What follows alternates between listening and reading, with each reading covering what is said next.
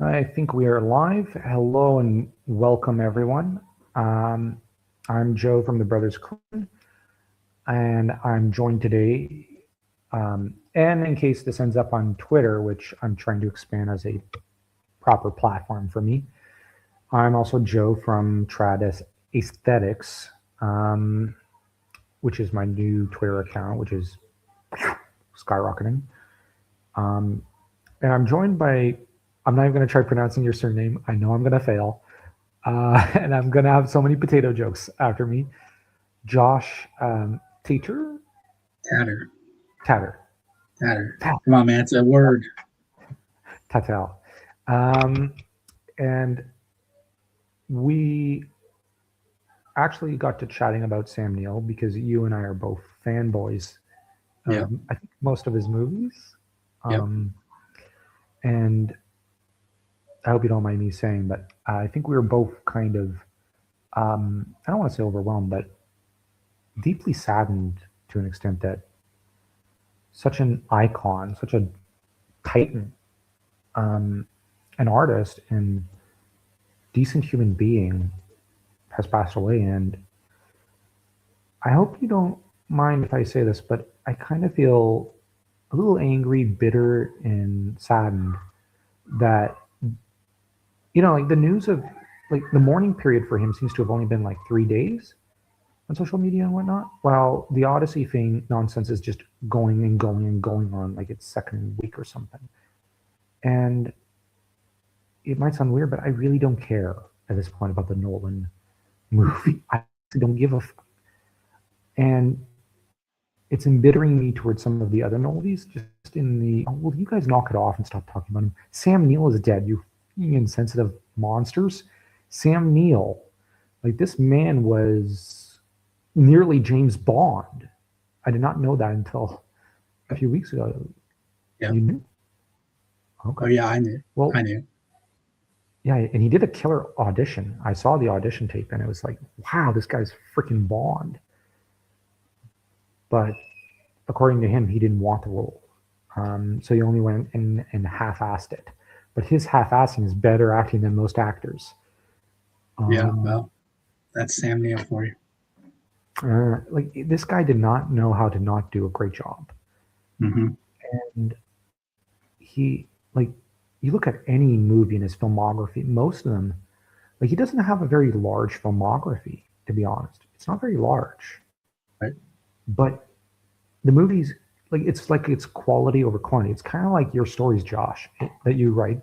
So I'll tell my audience, Josh is a great writer, but most of his Like, stories are short stories. They're short, but the quality's there. Hope you don't mind thank the you. little That's segue. no. Yeah. Going back to the Odyssey stuff real fast. I mean, his Sam Neill's death has kind of been overshadowed by all that. And I have to say, Christopher Nolan is my favorite director. And I know you're not such a big fan of his stuff, but I know, I'm so sick of hearing about the Odyssey, man. You know, same. Like um, his Prestige I was just better. yeah, I'm kind of. I mean, it's. I think The Prestige is a good movie. I'm kind of lukewarm on it compared to most people, but I'm sick of hearing about. Like I said, Christopher Nolan's my favorite director, but I don't want to hear anything else about the Odyssey, and I don't even know that I want to go to see it except for maybe Substack content. Uh, But like you said, it makes me kind of mad that it's overshadowed Sam Neill's death because I don't usually get too torn up about celebrity deaths, but that one kind of hurt because it did. Jurassic Park and Merlin, of course, were such integral parts of my childhood. You know, um, his portrayal of Alan Grant, got me into along with Perfect. Indiana Jones. It helped get me into like archaeology and that. I know Alan Grant's a paleontologist, but it's along the same lines. But it helped get me into like archaeology and that kind of stuff. And then I still consider Merlin probably to be the best cinematic Arthurian representation. It certainly beats It the crap was. out of Oliver. Hmm. I remember. Okay, I'll freely admit, Queen Mab gave me nightmares for 2 weeks as a kid. I Yeah, was 9, but Sam Neill's Merlin was so powerful and charismatic Yeah. that it reminded me of my dad, so that it felt like a protective father figure. Right. And no matter how powerful the dark demonic Mab was, you had that, I want to say, almost godly, positive Merlin to protect you in my Yep. child brain. But then as I rewatched it and rewatched it as a kid, because this was my way of dealing with fear, was just keep rewatching the movie till you're not afraid anymore, till you know every line. It fucked the shit out of my brothers Yeah. and my mother. But Merlin went from a movie I was scared of to my favorite movie of all times, my favorite cinematic experience ever. And I rewatched it after the news came out, and it fucking holds up. Yep. And I will admit, it's that movie that got me into Arthurian myths. And yeah, I was already kind of into fantasy, but this kind of, it was like, this is what I'm going to do with my life. This is, no, this is my destiny. But the Alan Grant portrayal was what got me into archaeology and history and whatnot as well. So that also cemented in my brain, I'm going to study history. I'm going to, go down this path. So I guess for me as well, Sam Neill was very formative. And his two main roles there, like his two most, I guess, famous roles, kind of shaped who I am today, just as it shaped you. And it's, how do I put it? Robin Williams was like a father figure and an uncle to an entire generation, but he was the fun-loving, the funny one, who was always in pain deep down, but he tried to hide it. Sam Right. Neill was like the mature, like he wasn't like the kind of paternal figure that you think of, like, who's fun and bouncing off the walls. He's not like that kind of uncle, but it was like the guy who could, like if ever you got a drug problem or a suicide problem, he'd be there to hold you and be like, stiff upper lip, and he'd hold it together for you. A rock. That's what he was. He was a rock. And Right. in most of his movies, his character is a rock. You know what I mean? Like he's a solid, firm person people can, like the ocean will batter against, and he'll always hold firm for you and those around you. And yet, when you look at his TikTok videos, because I looked at a few that he made after he semi-retired, when he decided to become a farmer in the 2010s, because remember he left Hollywood because Hollywood got fucking stupid. He Yeah. decided he wanted to be a farmer, and he went into farming, animal husbandry. Basically, he took over for the crocodile hunter. 1 minute.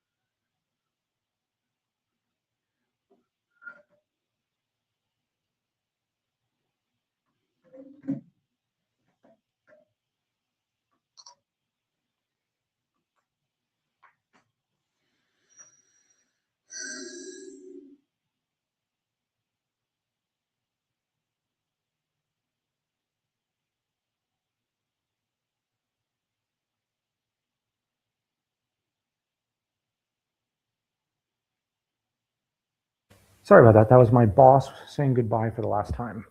Oh, no problem. Well, my manager, and actually was very civil, even warm. So I'm feeling a lot better now. But Good.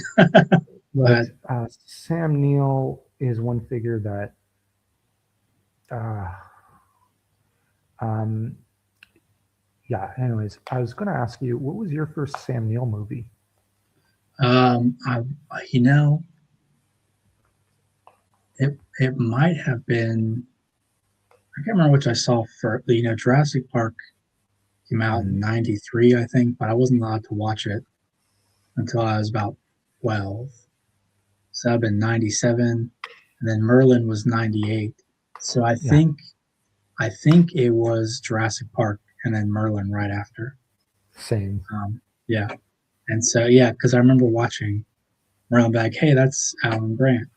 Um, but then there's also Event Horizon, in which he ultimately plays the bad guy.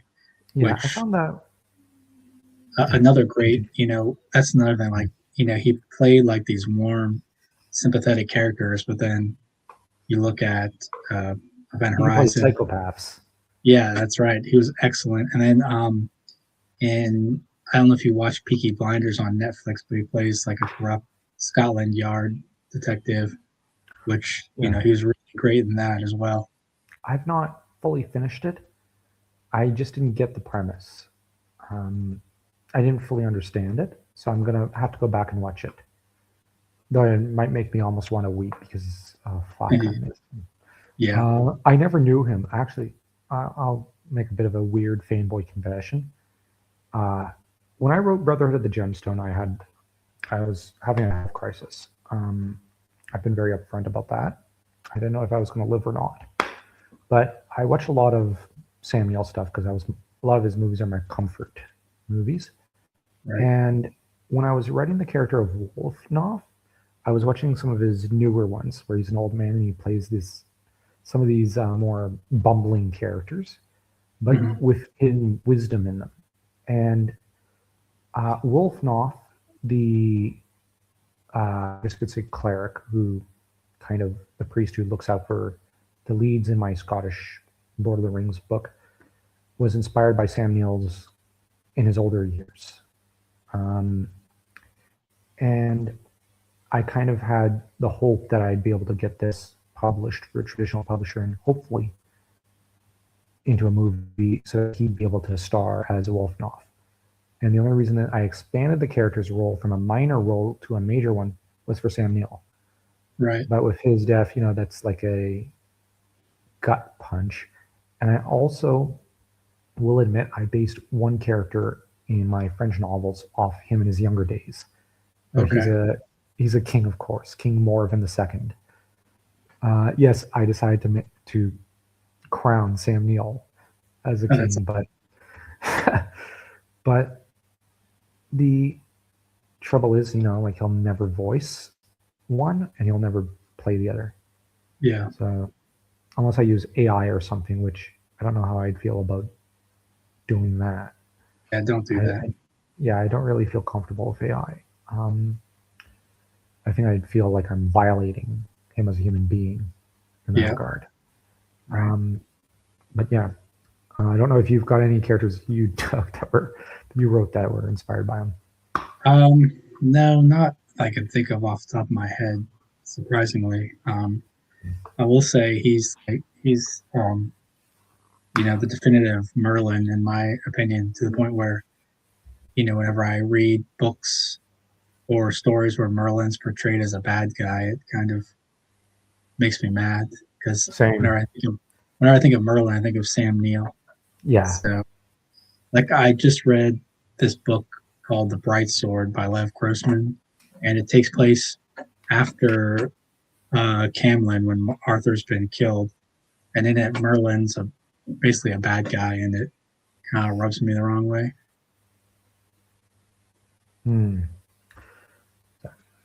I'm just trying to do the stiff upper lip Samuel thing of not shrieking in a rage.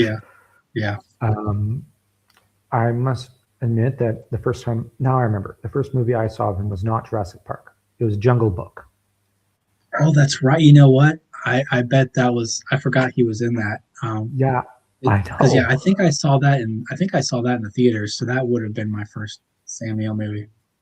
Yeah, I what's funny is that when I went to university, though, we had to watch like one of his New Zealand 1970 something movie where it's about war and he's shot at the end unjustly. And it was, I remember being shocked and wounded and angry at his death scene. But you're supposed to feel that way because it's about a rebellion and a coup d'etat against the New Zealand government. And Sam Neill's character is wrongfully accused of participating, I think, in it. And at the end, he just says, because the two sides keep trying to use him, and he just says, like middle fingers them, and he just says, "I'm walking away." So what does one of the law enforcement, or one of the army guys do? Just shoots him. You see him take the shot, go down, takes a moment of silence, then shot to credits or something. And I remember just going, "You can't end the movie that you shot Sam Neill. You shot Sam Neill." I'll see if I have the movie and watch it myself because I don't think I've. I remember I watched. I think he's in like the Omen 3 where he plays Damien Thorne as an adult. I remember watching that. So that might be the oldest Sam Neill movie that I've seen. He's also in. I remember he's also in this movie from the early 2000s called Wimbledon with Paul Bettany and Kirsten Dunst. It's a tennis movie, and he plays Kirsten Dunst's dad. And of course, he's great in that. He always plays dads. Yeah, he plays dads because doesn't he play the dad in Jungle Book? Yeah, Merlin counts. He's Arthur's dad. Yeah, like he's his real daddy. You know what I mean? Like an adoptive father counts. That's right. Jurassic Park, he's cast in a kind of father role. Yeah. Well, it's going back to what you were talking about before, where he's always like the rock for people. Just look at Jurassic Park. He starts off. He doesn't like kids, but then the kids need him, and he keeps them safe. He rescues them. Which is a complete in the book. I think Alan Grant starts off like, yeah, he likes kids. He doesn't have to go. But I think that I really like Jurassic Park as a book, but I think that Alan Grant's a more interesting character in the movie than he is in the book. Because in the book, he's an interesting character, but he doesn't really go through a character arc. He's just like the same character the whole time through. But in the movie, he goes from the beginning where he's traumatizing this kid by describing how velociraptors are going to slice him up and eat him, to the end, to like the course of the movie where he saves the kid. Scene with him with the kids on his arms, and he's just looking up and smiles at Ellie. Yeah, that's why I also didn't like Jurassic Park 3. I was like, you know what? If she's gonna have a kid, it's got to be with him because he's finally ready. Like the look he's giving at the end is just, I'm ready. I like Jurassic Park 3 more than most people, but its biggest crime is keeping him and Ellie apart. That was the first time I saw it. I couldn't even believe it. I was like, "What the heck?" But that being said, I think the reason he always took those father roles was, well, he became a father, and I think that meant a lot to him, and it kind of changed how he approached art and whatnot. He kind of went for a real life Alan Grant thing, although from what I understand, he never hated kids. But what's also interesting is that around the time he started to get it, in the 2000s, his movies turned more towards nature. He started picking his roles, I think, with an eye for that, and you can see how he'd become the next croc hunter. I'm joking, but right. Without hunting crocs, actually, it was ducks he would hug, and what was it? And pigs he would hug and whatnot. Um, and he even spoofed himself as a Jurassic Park actor. Like he had a guy dressed up in a raptor suit and looked like he's going through his farm and wrecking stuff. Yeah, And I just then watched at one of the the. end, he has a heart. I just watched. He's like talking to the camera, and the guy in the dinosaur suit comes up behind him. He goes, turns around, and goes, "I told you, not now." Yeah, and it's like yeah, I saw that. It was so freaking funny. Yeah, He like I like how like those old videos, and he released a bunch during COVID. Apparently, he claimed it was because he noticed a lot of people were atomized and feeling lonely, and he wanted to reach out to them in his own way. And I found that was, that shows there's a beauty to his heart yeah, and whatnot. And I have to admit, like, I will confess, I did end up giving a bit of a prayer for him and for God to take his soul because he was secular and I think agnostic. But if ever there was a man, I think God should take into his embrace, even if yeah, he's nervous about faith. It's Sam freaking Neill. Um, but what's interesting is he was also, I saw an interview of him after he died where he expressed disapproval for, or at least not disapproval, but like he was like, he didn't agree with other Hollywood actors hating on Christianity. He saw it as his parents were Christian. They endured a lot and they died Christian. So he can't hate the faith.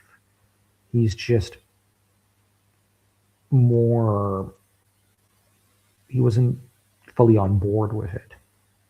But, that falls back into him being a boomer. And yeah, yeah, I'm not prejudicing against the generation. It's just the generation has a lot of atheists yeah, and or at least Anglo boomers. I've noticed French boomers are just very religious from what I've seen, but that falls into a different cultural context and whatnot, two different cultures.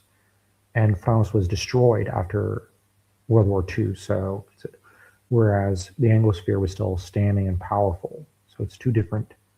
One had to rebuild itself. The other didn't have to, and was wealthy and got the plunder of war. I'm not attacking. I'm just making an observation.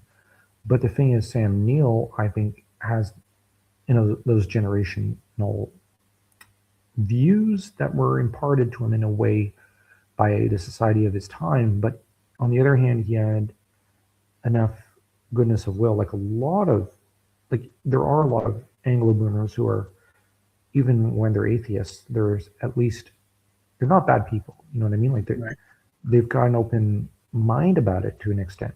So that Neill, like I said, I like the one video where he did in an interview, he expressed discomfort when I think it was Nicole Kidman and a few others pressuring him to attack Christianity, and he expressed discomfort and admitted he can't hate Christianity because of his parents. And that if he hates Christians, he has to hate his parents. And that never sat well with him because he right, loved his parents. He loved his mom and dad, especially his mother. So he to hate his own, like to hate his own kinsmen, and even like he had a lot of neighbors growing up and whatnot who were Christians. So to hate them because he's an Irishman and a Kiwi, he felt uncomfortable. And I don't know. I think that it speaks to character. You know what I mean? Like there's all this pressure around him to turn against the faith, but he never fully did it. And I'll have to check that out. yeah, like, but as far as his movie roles go, he also like, I like how at one point in the '90s, even Alan Grant kind of falls into this. He embraced the typecasting of the stiff upper lip Englishman or Britishman Yeah, who's not comfortable expressing his emotions, but then yeah, he'll get like he'll like he'll play the character as his voice gets tight with emotion. It's like well like in Jungle Book, it's like, well, I want you to know how proud of you I am, but and that if there was ever any discomfort about your presence here, it was not my intention. And, like, he's uncomfortable with emotion, but he's trying to be kind. Like that was his go-to character at one point in the late 80s, early 90s. And I think that, like, most actors resist typecast. He embraced it and transcended it. Right. Like, you know what I mean? Like, which I've never understood. If I were as an actor, I would, and I was known for a certain type of role, I wouldn't fight that. I'd be like, oh, hey, you know what? This is what I'm good at. I'm just going to keep doing it. yeah. So I don't understand these actors who are like, I don't want to be typecast as this, that, or the other thing. And it's like, why not? Embrace what you're good at.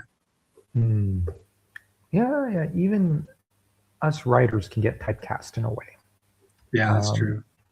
You got typecast as a short story pulp writer. I'm just being blunt. Actually, what's funny is I'm typecast as a Western writer, and I've written too. I've written more fantasy stories than anything else, but I think my Westerns are what resonate the most with people. So they're always like, Josh, he writes Westerns. I'm like, I write other stuff too. Yeah, you're so maybe I typecast as a Western and pulp writer. Yeah. Which is funny. I never thought of myself as a pulp writer, but until, I joined Substack and I'm like writing all my stuff. Man, this stuff is awfully pulpy. And I'm not, I wasn't much of a pulp reader. I haven't read nearly as much Robert E. Howard and Edgar Rice Burroughs and that kind of stuff as I should have. But Howard's the best. Although David Gemmell's kind of a pulpy writer, so maybe that's where I get it from.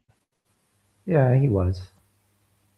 Like, he was basically the successor of that pulp generation, because that's what he. Yeah, I kind of consider him, and I know you're a big Howard fan, but I kind of consider him like Robert E. Howard's successor.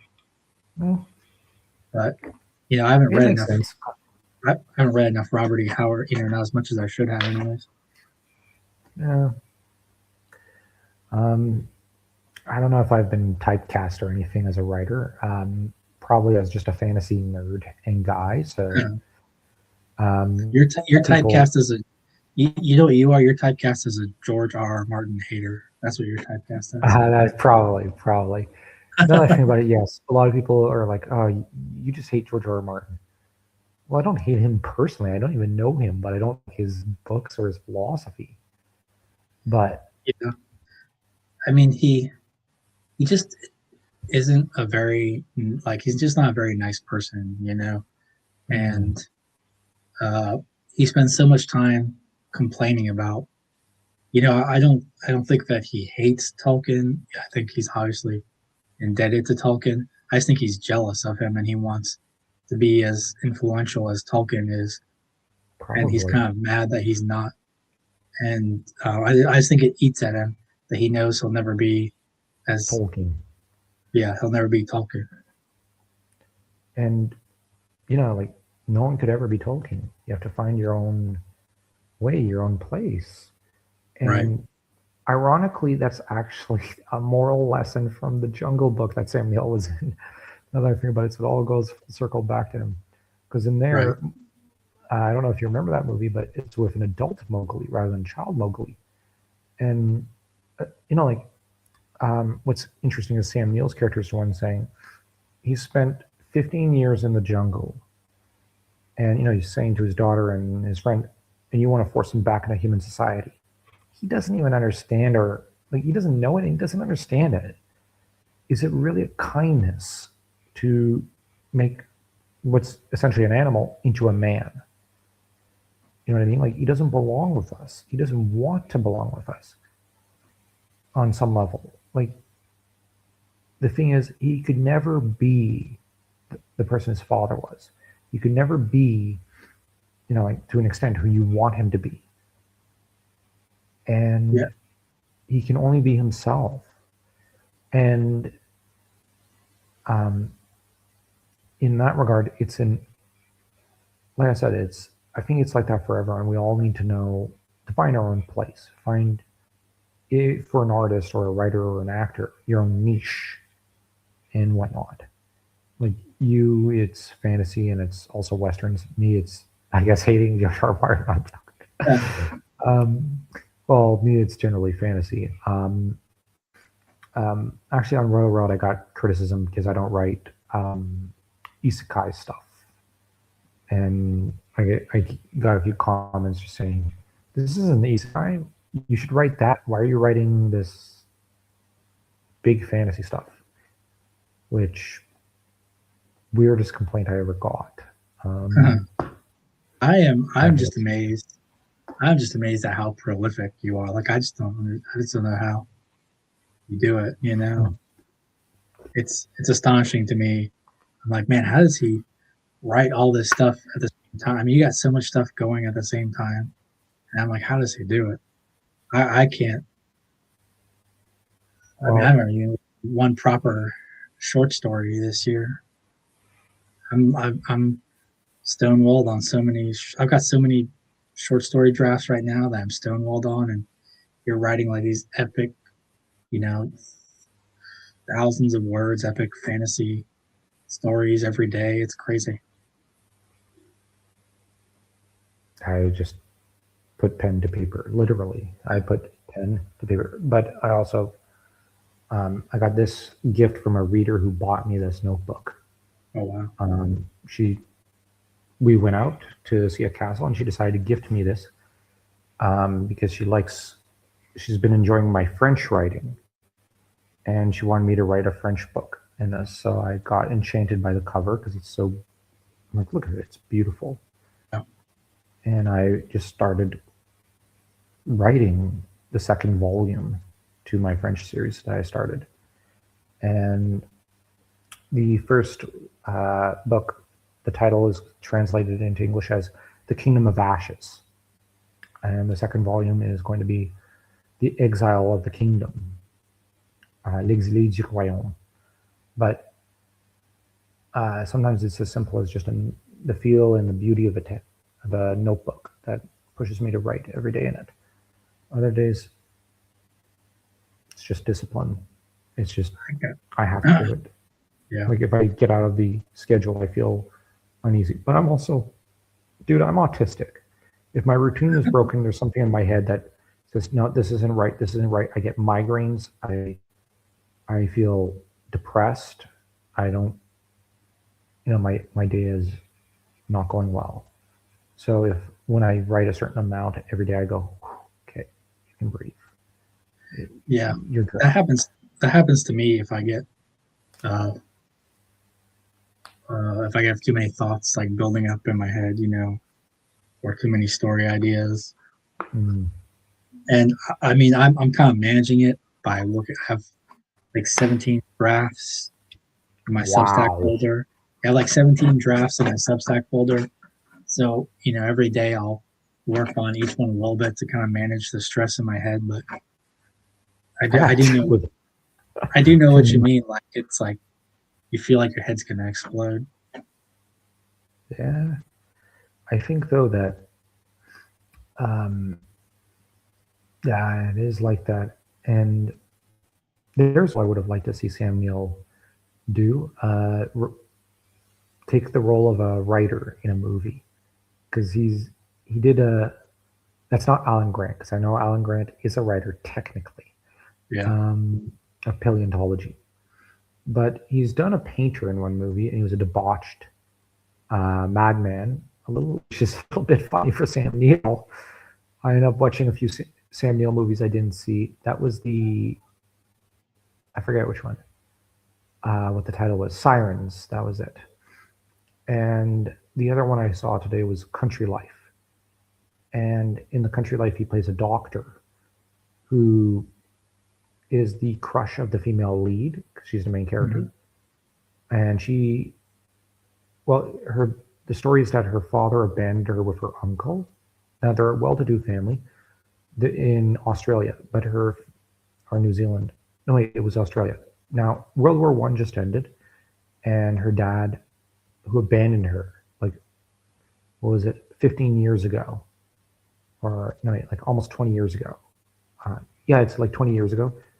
Suddenly shows up with his new wife. And he's an older man. And this daughter is excited to have her father because she wants to build a relationship. There's no, like, her wanting to reject him and, why weren't you there? She's like, okay, well, my daddy's coming home. I'm going to be the best daughter I can be. But what's interesting is as the movie's progressing, like, he's like, you aren't putting in my medicine in my nose and ears right. You're not doing this right. You're not doing this right. And you see to an extent that she's better off without him. Mhm. But that her father figure is her uncle. But her uncle is someone who's been taking care of the family farm, which is like 1,000 acres. He's taking care of the animals. He's made sure that there's a roof over her head, that the servants are well taken care of and well fed. But her uncle is falling into a drunken depression um, when his brother comes back with a new wife, because the uncle quickly falls in love with that wife. But the uncle is also bitter over the fact that as he yells at what's essentially his adoptive daughter, his niece, at one point, is that he spent 20 years raising her, putting his own life on hold, even I think going into the war, getting trauma, coming back, and his brother just rolls into town and acts like it's his house and leaves, and the one who somewhat finances some of his older brother's stuff is him. It's like, I put my life on hold, but my older brother gets the academic glory, gets everything, and the good name, and everyone loves him more. But I'm left in the shadow to clean up the mess every time. And it's a bit of a very interesting family movie. And at the end, the daughter realizes she prefers her uncle over her actual dad because her uncle's actually there for her. But Sam Neill's character is a doctor who, um,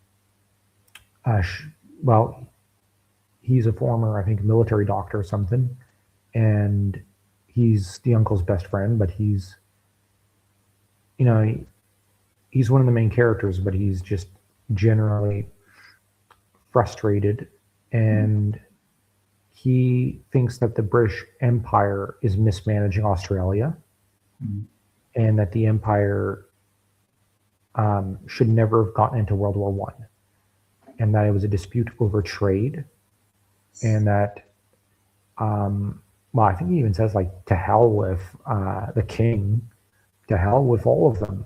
If they're going to mismanage Australia this badly and the entire empire, come. But and that, of course, gets him accused of being a Bolshevik. But he's actually anti-Bolshevik. He's anti-communist. But he's just like, he's a doctor of some political predilections, but he wants Australia kind of first, and he pushes back on. Like, if you're going to be part of an empire, he wants it to be a sane empire, not whatever the hell Britain was doing at that time. Which at the time Britain was going from war to war, stupidly, picking continuous fights with Germany without reason. And it's interesting, but the politics don't really play a large role. But it's baked into his character, so that his character is someone who is constantly trying to let the female lead down gently, but she's very into him, and he's like a dozen years her senior, and he's just trying to tell her constantly, I'm really not into you. And she just doesn't. She's like a dog with a bone. She doesn't want to let go. And like, he eventually does have to tell her family, no, I'm not. I like her, but I'm not attracted to her. And that's where some of the conflict in the movie comes in. And Neill plays the character to perfection as a proper gentleman, a good man, but a guy in a very uncomfortable situation, both professionally and personally, because one of his main clients as a doctor is her father, who's not in good health. Right. And her father is also someone who's not always a nice guy. And so, he's an abusive father. He's abusive to the maids or whatnot. And, as a doctor, he has to take care of this guy while also not liking him and how he's treating everyone around him. And, like, Sam Neill plays these conflicted characters to perfection, as you want to know. That's another thing. Internal conflict was always a thing with his characters. Well, we haven't even talked about Hunt for Red October yet. I've not seen that one. Oh, you haven't? It's a good one. I tried watching it a couple times in the past, and I always got like bored of it pretty quickly. But then I made a decision like last year, I think, or the year before, to like finally watch it all the way through, and I was like, man, this movie is excellent. He's great, and he plays Sean Connery's second in command, and he's excellent in that. And then I was just looking at his filmography, and he's been in some stuff that I've seen, but I forgot. Like there's this movie called The Hunter, about this guy who goes to, I think, Tasmania uh, to hunt a tiger, and Sam Neill's in that. And I don't remember exactly what character he played, but I do remember he was in that now. But he was great in that, of course. There's the Concierge or something, Dead Calm with Nicole Kidman. Let's see. I forget the name. He plays a former Navy officer who takes his wife Dead out. Calm. Yeah. Dead Calm. That one was amazing. That's an amazing thriller. Let's see.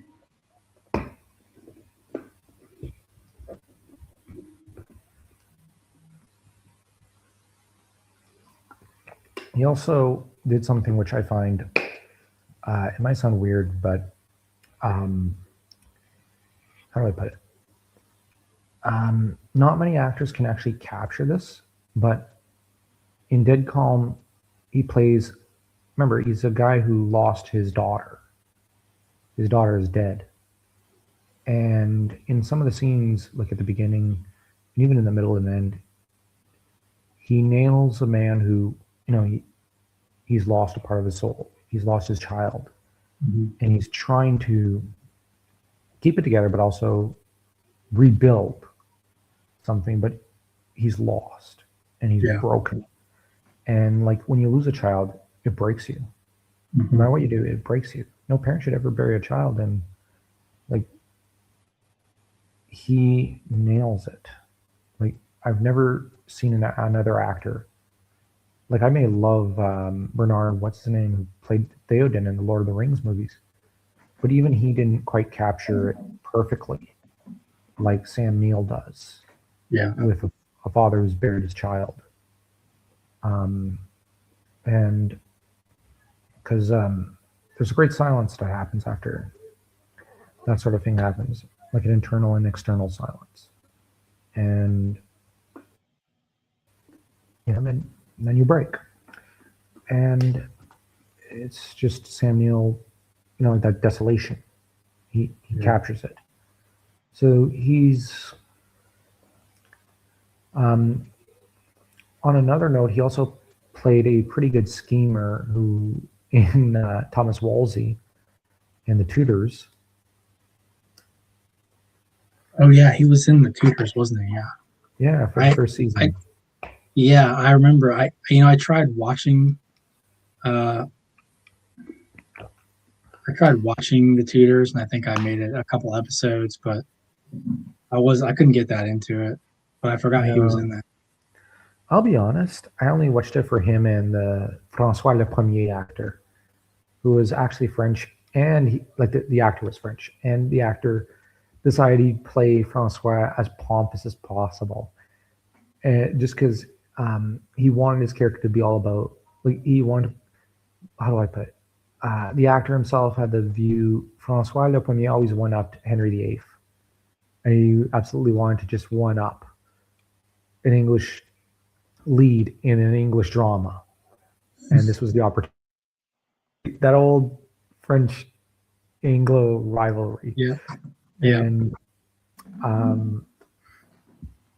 I absolutely loved how that actor would just slip in French lines every once in a while, and also would one up Henry VIII every time he appeared, which was funny to me.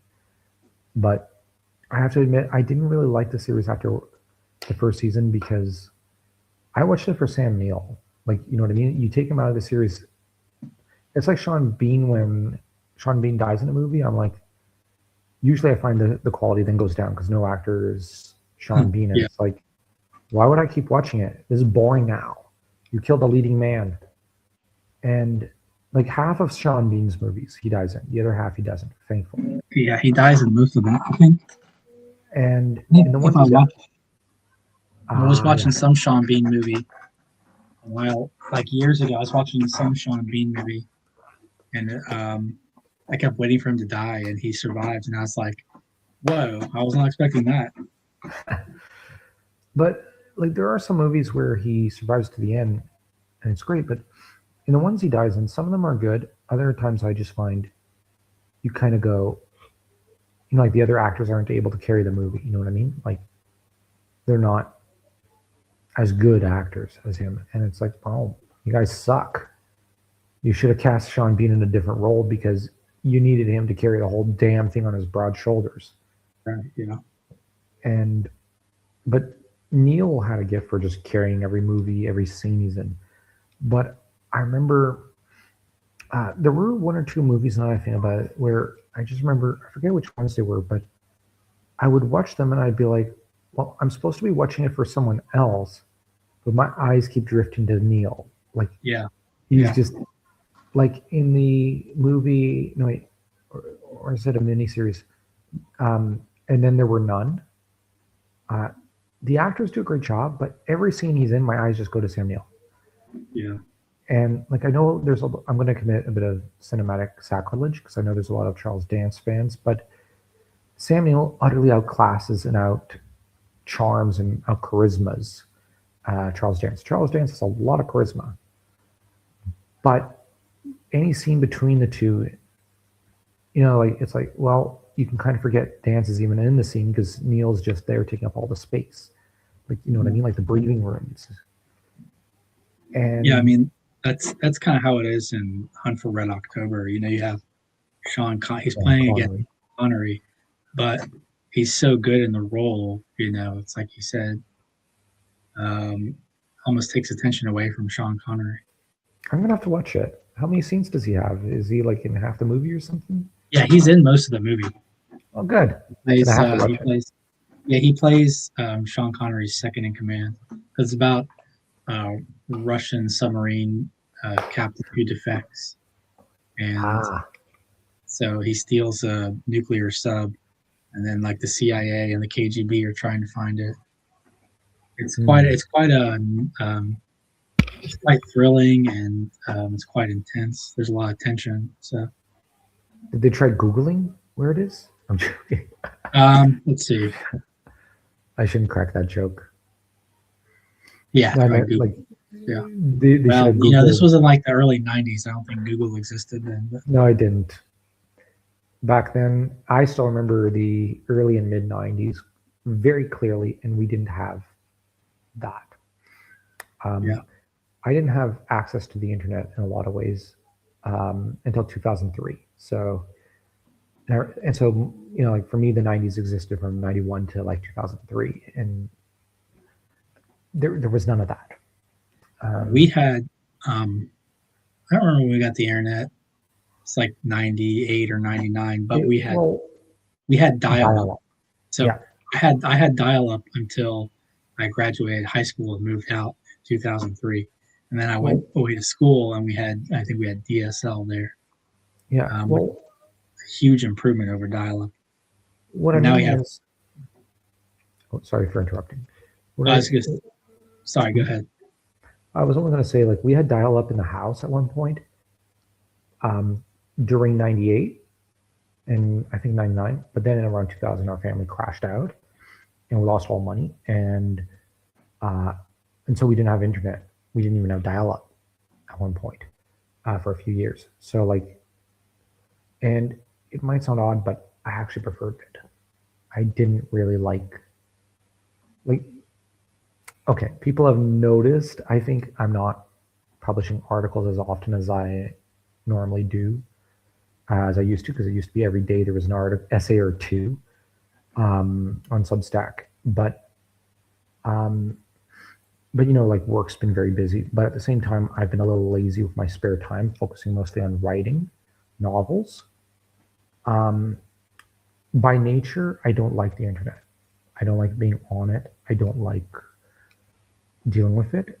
I'm not a Luddite. I'm a nature freak.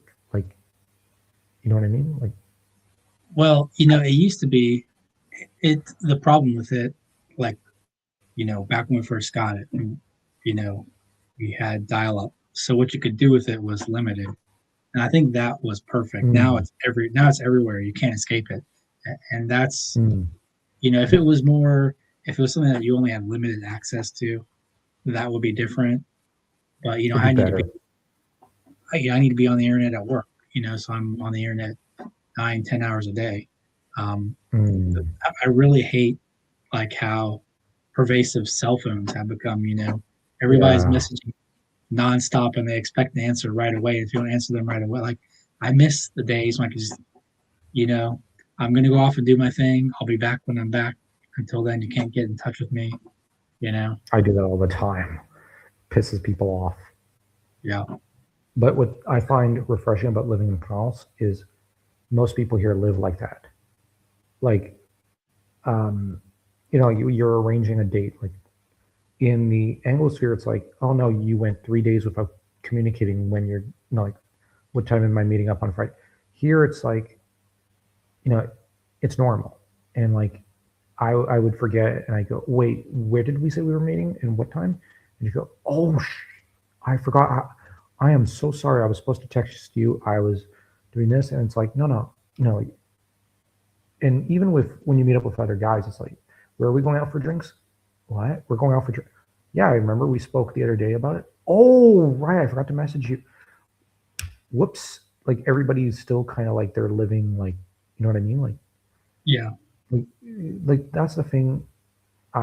Like the only thing that people really overuse in France is WhatsApp. Like WhatsApp groups are everything. So like it's not Facebook anymore, it's WhatsApp groups. So everyone has WhatsApp, everyone's on that constantly. But still when you're trying to arrange meetings or anything, people often forget to respond. So but like even though we have a group and everybody's supposed to be on it constantly here for work, like for teaching, like to arrange things between the teachers and the principal and whatnot, everybody forgets. So like it might be like, yeah, one group goes off on a history excursion for 4 hours. You have the principal just saying, hey, when you guys getting back, do we have to arrange lunch for you here or like what's the deal? Oh, right, I forgot to message you. That's right. It's just the culture here. It's like yeah, kind of a big deal. Does the bus need to be gassed up? Now, see, I forgot we already told to tell you that. So, like in the group chat, it's just everybody's always like, "Oh, I totally forgot to tell you this," and it's not that anyone miscommunicates or is being an asshole. It's just people forget to. Like, if it's not in person, people forget to text and whatnot. yeah, Whereas in Anglosphere jobs and Japanese jobs, like it's got to be instant or yeah, you know, and there's so much pressure. So I yeah, understand. I've had both experiences, um, and like, um, and that's the thing. Like, um, when you grow up in that world before the internet, I find that it's just you forget about the internet. You know what I mean? Like you forget about it sometimes if you're given the chance. Like yeah, I'm a school teacher, so the most I use the internet for is for like researching subjects or like um, for geography classes. It might be music, national anthems, or it might be like um, flags because the kids have to draw flags and color them and whatnot sometimes when they're like really small. So because I teach all ages. Um, but for like what was it? For history, you might teach. You have to occasionally look stuff up before class and come up with lecture notes, and you know what I mean. But you have to print those and you have to read them because otherwise, people don't want you on your computer or on the phone because it's a toy. People, students and parents prefer you have the notes in hand so that you're not doing I don't know what. It's just how that's just how it works when you're teaching. And with languages, you use the internet a lot more for YouTube songs like English music. and whatnot to teach English and whatnot, or pronunciation and whatnot. But the thing is, it's not the same. I'm not really on the internet because sometimes, like, I'll go one class I'm on the internet, the next class I'm not, the next class I'm not, and you might have like course notes and course material that's actually saved on the computer in PDF form. It's not on the internet. So like it's totally different culture. And I've also been kind of having to help teach some gym classes. So like, that's outside, that's inside sometimes. And you're not really using computers or the phone or something except for music to amuse the kids. Well, because they, I guess, need it, attention spans and whatnot. But they also enjoy music, like TNT from AC/DC. Yeah. Because like when they're climbing up a wall or when they're uh, playing around, they want to listen to that. They're going to do it anyways. It's just you put on the music, they like it more. They have a funner time. It's about getting them to enjoy physical exertion and whatnot. So, Yeah. Music's good for that.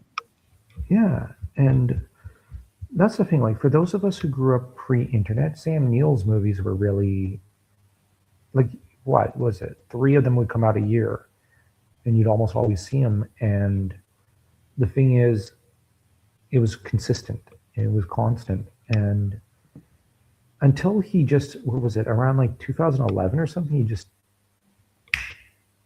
went off and bought his farm and just quit almost. Mm-hmm. And then he would only come back the occasional every other year or something. And he would just support Australian and New Zealand cinema, but he scaled down his operations and focused on farming and on being a grandfather.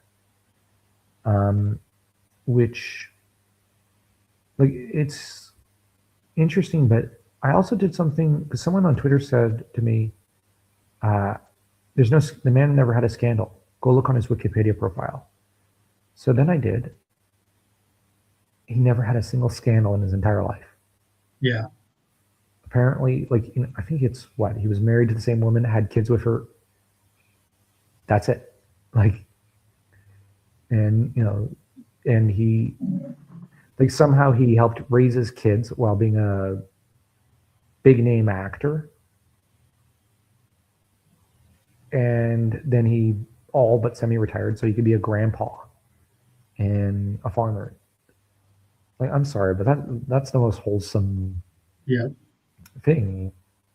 I just remember he's also you talk about he occasionally would come back from time to time. He's in the last couple Thor movies because the director's from New Zealand, and he played.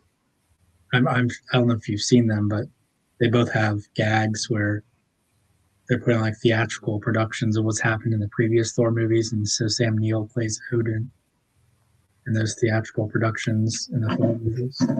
He plays who? Odin. Odin. Yeah. Like the Norse god. Yeah. Oh my gosh, I have got to see this.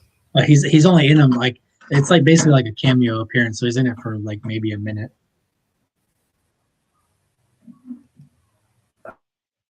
In Thor Ragnarok and Love and Thunder. Oh wow, he was also knighted. D'accord. Wait, hold up. Let me go find that.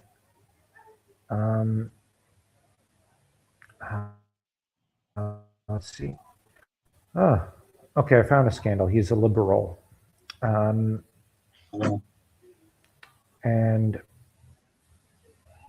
he was in favor of safe mining or something.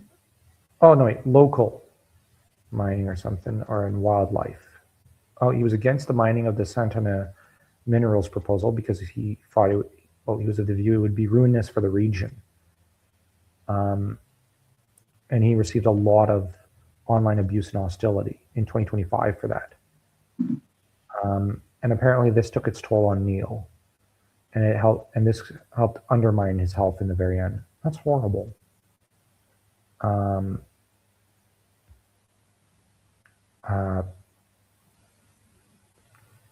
And he was also opposed to an open cast gold mine near Cromwell in New Zealand. So apparently he was nervous about mining. And to be fair, like, we need mines for economic reasons, but how do I put it? New Zealand has the most beautiful wildlife on Earth. Mm-hmm. The nation is just one big wildlife preserve. That's all it ever was, all it will ever be, and all it'll ever amount to be. I'm joking, but it's just a big wildlife preserve. It's Middle Earth now too, So, don't you? Yeah, it's also Middle Earth. Like, you can't do that to Arda. So, like, that's where I'm going to say too much mining in such a country. I don't know if I'd support that. More because, like, Canada and the US are vast enough, and even Russia are vast enough, even China, that you mine in a region, you should be fine. Like, you know what I mean? Like, it's got so much wildlife.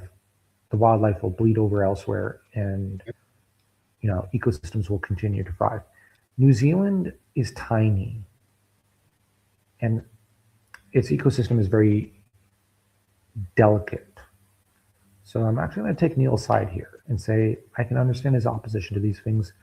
As to him getting depressed about the online abuse, I kind of feel that that's horrible. That's like, you went after Pops and Grandpa. You know what I mean? Like, Yeah. Let me see. Oh, he was in Thor: Love and Thunder. He was an Odin actor. Oh my gosh, that sounds funny. So he had a cameo. He was in Assassin Club. What the hell is Assassin Club? I have no idea. Never heard of it. He was in Scary Girl, Bring Him to Me, an Australian crime thriller. I noticed this. He stopped doing leading man roles in the 2010s and took smaller and smaller roles. His last production is going to be an upcoming Philippine romantic comedy film directed by Donald Petrie.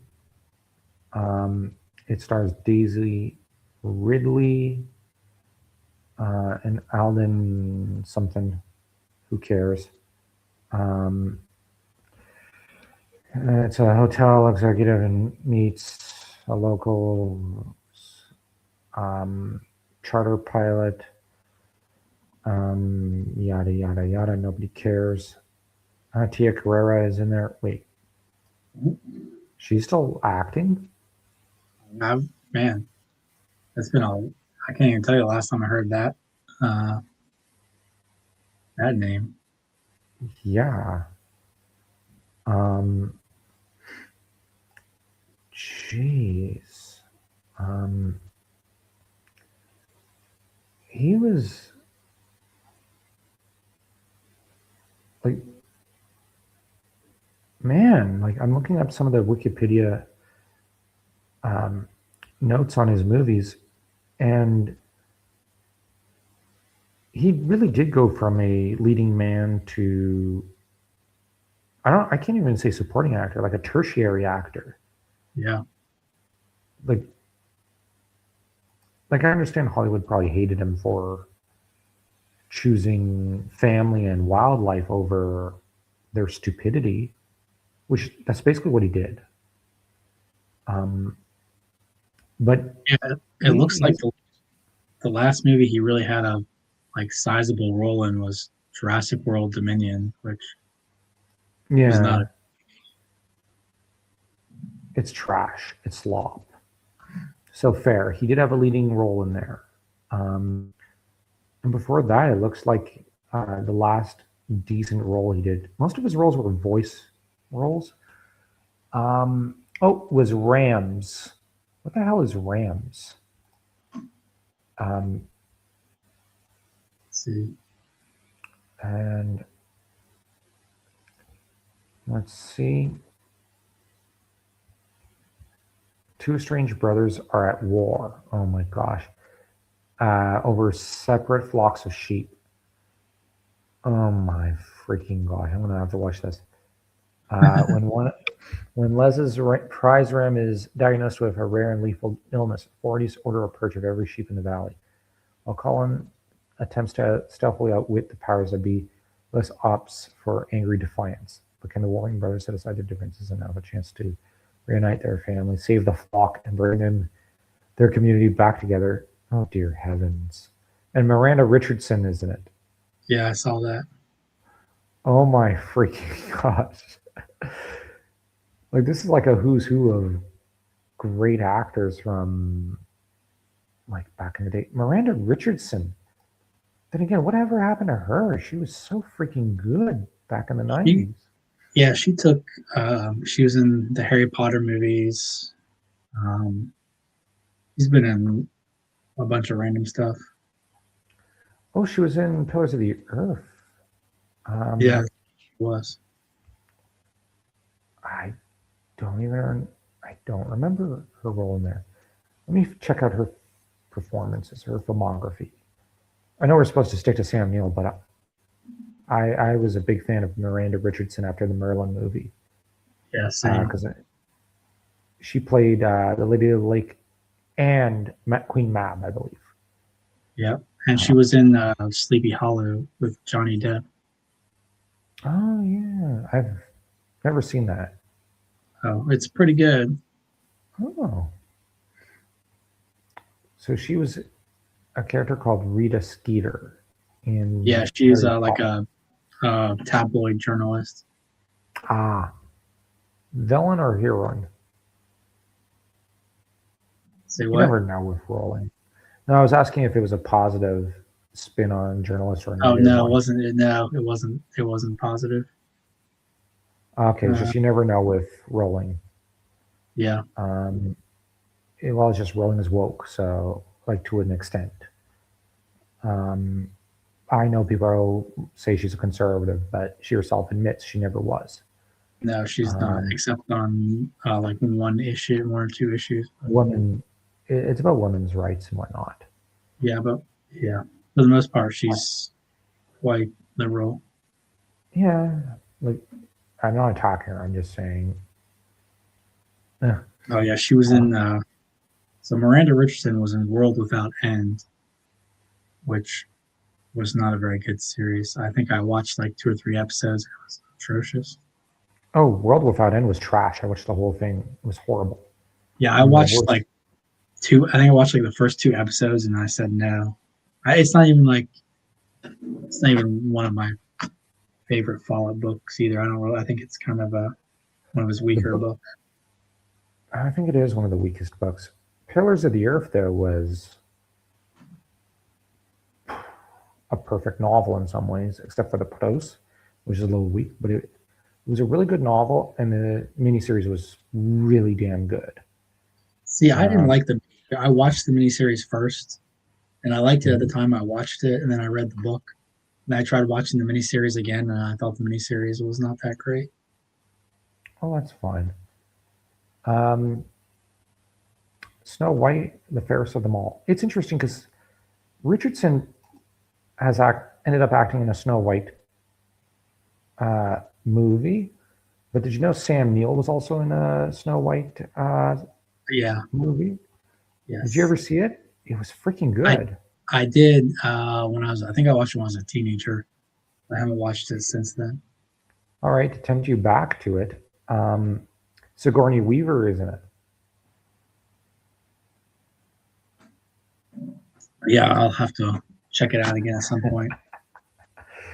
Um, but Sigourney Weaver the is kind of like she's kind of overrated though. I mean, what has she really done? I mean, she's still basically coasting on Alien and Aliens. I mean, what's she really done aside from that? um, Galaxy Quest. Well, yeah, there's that. You know, but even that was her. You know, she was great in that, but even that was her like coasting on the Alien and Aliens hype. She's But she keeps in getting cast in like these various roles, and it's like stunt Ghostbusters. casting. Was she in? Oh yeah, that's right. She was in Ghostbusters. I forgot about that. Yeah. Yeah, Okay. but I quite like her. I actually have to admit I really liked her in Um, uh, well, in the Snow White movie, where she plays opposite of Sam Neill. I quite liked her in there. Was she the wicked stepmother in that one? Yeah, yeah, Yeah. she is. But they did the sympathetic stepmother thing in a different way than what Disney would. A bit of a human drama. Um, and Snow White is not exactly likable in there until the third act, at which point, like in the first and third act, she's likable, but you see that she should not have had a stepmother. She was just a bitchy stepdaughter. And she is not good to her stepmother, who then lashes back at her. And Sam Neill's character is surviving through to the end of the movie. So, he's a father who's remarried, who's fallen in love and whatnot, and he's trying to bring the two women in his life together, and it blows up in his face. But the movie's ending shows, like Snow White triumphing and in a positive role, but like it turns it more into a human drama, like a Brothers Grimm, uh, I don't like that dark fantasy kind of drama. Um, but I quite liked it. Um, but Miranda Richardson's it happens to belong to the Hallmark era of folklore and mythology movies, so it's got to be good.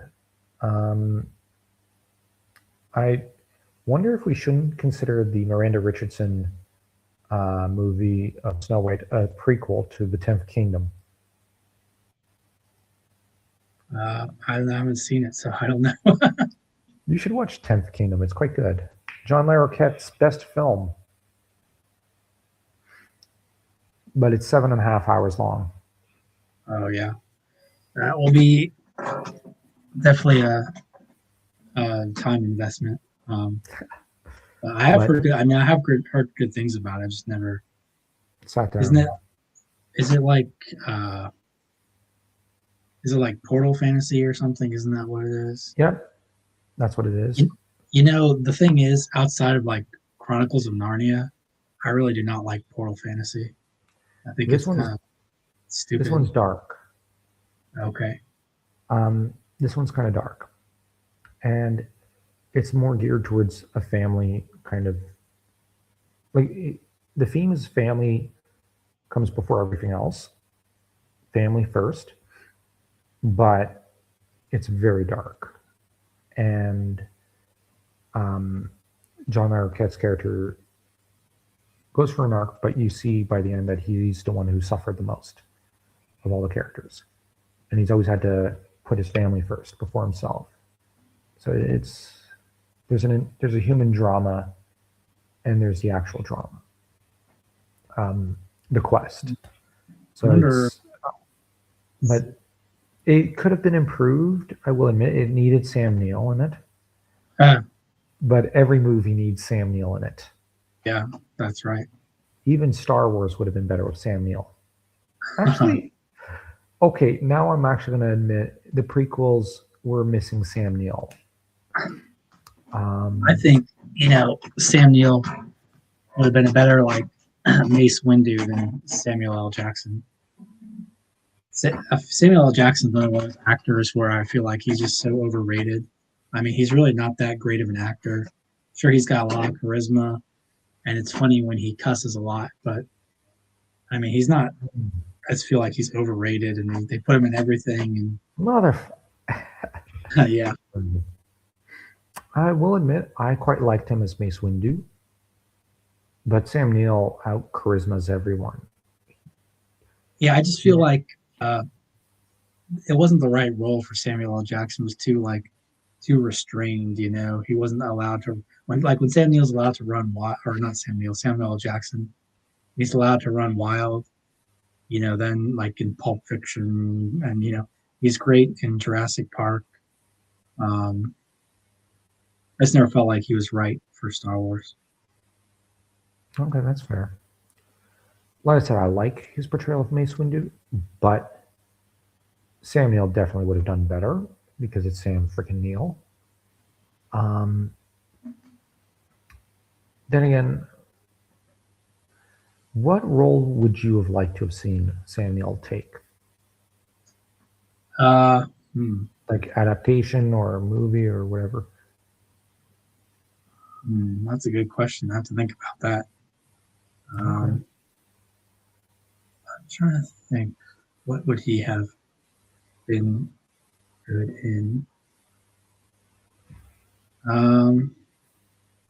Let me think. Is there like a role in Game of Thrones that he would have been good in? Hmm. Um, Anything. he might have been a good Tywin. I don't know if Good who? Tywin Lannister, Tyrion and Jamie and Cersei. Oh, yeah. He might have been good at that. Um, That would have been a bit of a twist on his usual father roles. yeah, Because that's when right. he plays a father, he's always a positive father. And that would Yeah, be, he's not a toxic, overbearing father. oh, okay, that's Um, a good choice. let me think. I don't know, man. That's a good question. What would he have been good in? Um, Hmm. Tough question. yeah, it is. I Um, wish I'd had some time to prepare. I might have come up with a better answer. yeah, same. Uh, because the question now has turned to me, and I'm kind of going, I can't think of anything off the top of my head. But usually, I'd watch a movie and I go, Neil would have done that better or something. Um, let me see. Well, you know, um, you know, because he played Merlin, he probably would have been a good Gandalf in Lord of the Rings. Um, He would have, but he wasn't old enough at the time no, for he the wouldn't. role. Well, Ian McKellen wasn't that old. I mean, I think he was like 60 or something when he played it. That's fair. That's But fair. I think Sam Neill would have only been in his 50s at the time. But Mm. still, it's not much younger than Ian McKellen was when he played. Um, he would have been good. I'm I'm saying this because I just started uh, watching Kingdom of Heaven for the 8 millionth time last night. But he would have been good as Balian's dad, Mm. Godfrey. He'd been good as Godfrey. Although, I mean, Liam Neeson killed that role, but Sam Neill would have been good in that role also. Yeah. Yeah. Um, maybe this might sound weird, but an older Robin Hood movie, like Oh like yeah, an older Robin Hood, Sam Neill as Robin. yeah, he'd been a great as like an older Robin Hood for Yeah. sure. Um, I just think that, or um, let me see. Um, it's my fault. That or well, he was good as Wolsey, I will admit, but I'd have also liked to have seen him. Um, let me think. Um, yeah, an older Sir Robin. I know he was in the Ivanhoe movie. Wow, he really did do a lot of those great English folklore stuff. Like he was in Ivanhoe, he was Merlin. Well, I know he played the villain in Ivanhoe. He was Merlin. The only thing that was missing was Robin Hood. Yeah, He definitely should have played Robin Hood, an older one. he would have been good as in the what was it 2010 Ridley Scott Robin Hood. He'd have been good as Hmm, William Marshall probably. yeah, he would have been perfect. That's a role he should have actually played, like a William Marshall movie. Yeah, Cast Sam freaking Neill in that, yep. and, and it might. Now that I think about it, uh, maybe cast him as might sound a little weird, but Tolkien in his last days, either Tolkien or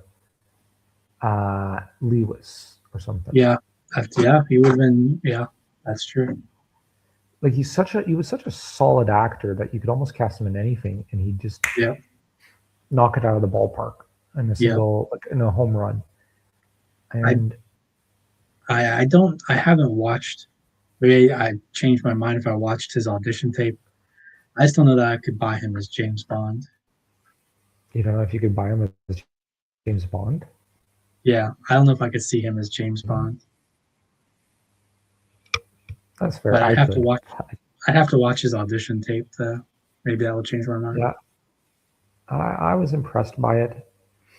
Um, it was he plays them a lot more coldly than he plays most of his roles.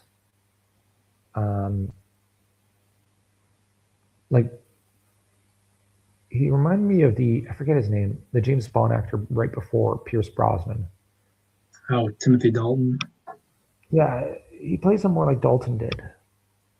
Very cold, almost calculating, um, with a hint of derisiveness. You know what I mean? So Well, I mean it's that's you're just describing James Bond. You know, everybody yeah, thinks of James Bond as like this effeminate, gay boy sleek. that Roger Moore turned him into. But I mean, in the books, he is cold and calculating.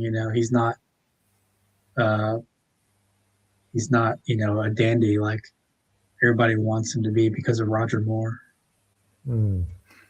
I liked Pierce Brosnan's portrayal in Goldeneye. Brosnan, yeah, uh, Brosnan was probably everybody says Daniel Craig was the closest to the book James Bond, but that's not true because Daniel Craig's a little. I mean, I like a good chunk of the movies, but he's too much of like a crybaby in Daniel Craig's portrayal, too in touch with his feelings, as it were.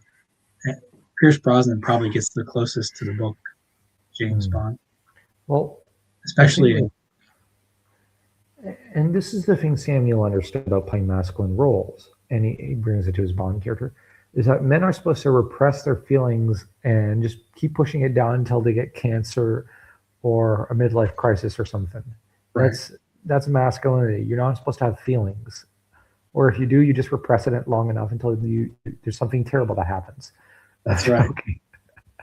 I'm joking. Uh, I mean, Craig was great.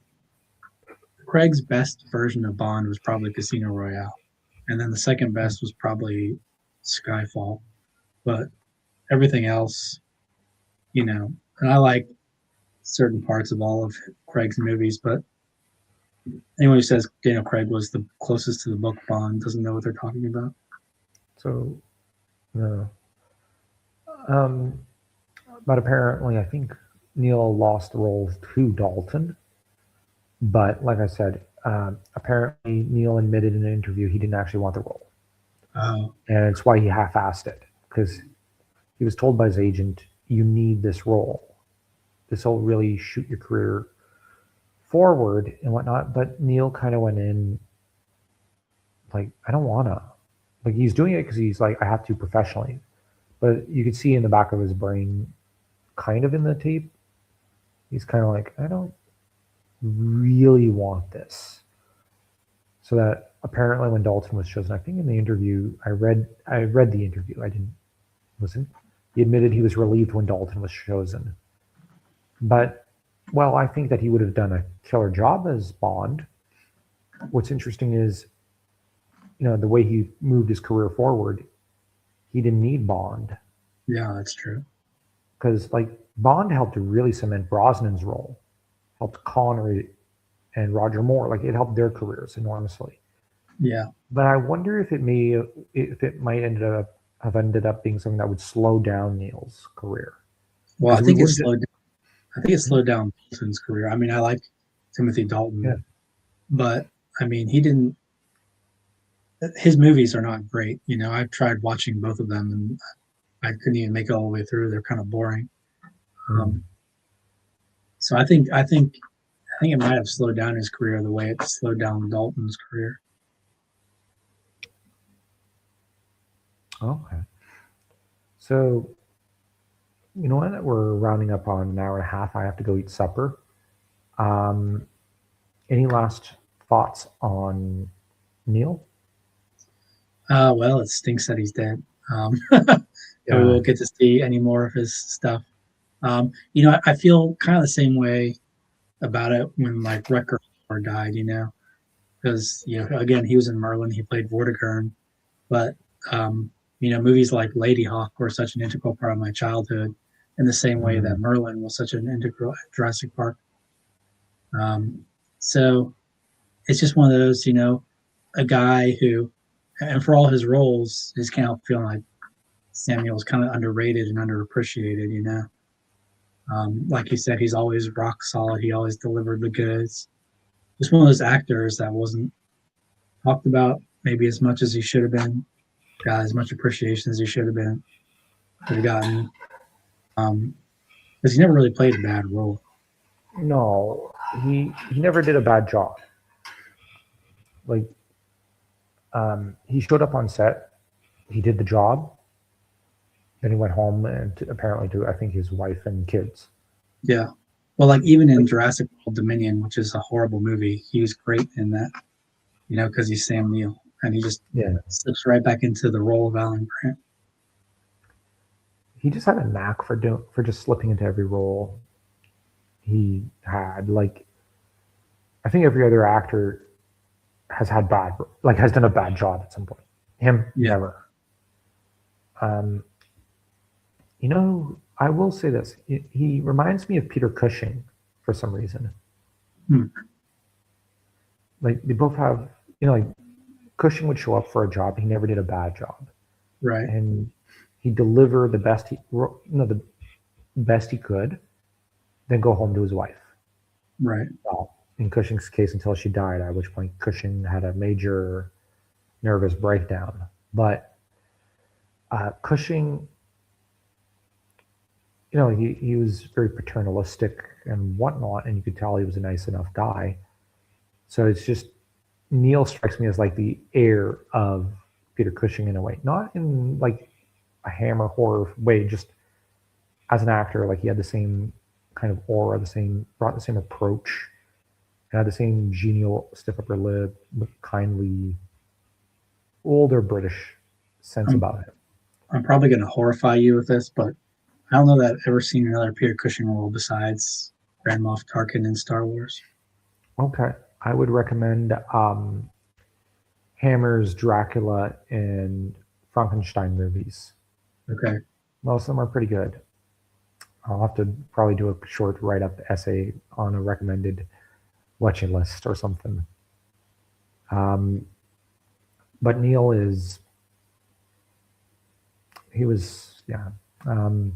like I said, he was probably my favorite actor growing up, so that probably is why I'm also a little depressed and saddened. So yeah. And I'm looking at the day, and it's also the anniversary of, well, it's a very depressing anniversary. So the 26th of July. Oof. Anyways. So I will actually recommend everyone to subscribe to Josh's Substack, and to not just subscribe, but pay into it. It's truly worth it. It's one of the best Substack newsletters on the site. And I believe it was said in notes that you're working on collecting some of your stories into a book. Yes. So I'm starting to figure out what stories I want to include, what stories I don't want to include, what the best kind of direction to go with that. So, all right. Well, everyone keep an eye out for that fantastic anthology when it comes out. I'm sure it'll be worth it. I plan to get a copy, but I'm a fanboy, so I'm gonna have to.